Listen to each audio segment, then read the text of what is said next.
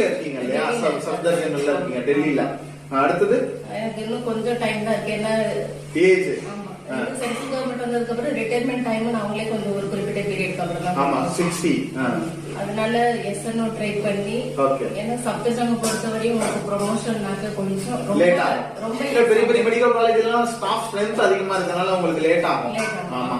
ஏன்னா 10 இயர்ஸ்க்கு அப்புறம் தான் எனக்கு என்னுடைய ஹாஸ்பிட்டல் வந்து SNO ஆயிருக்காங்க. Okay okay. இப்ப நான் எக்ஸாம் எழுதி இப்பவே SNO ஆகணும்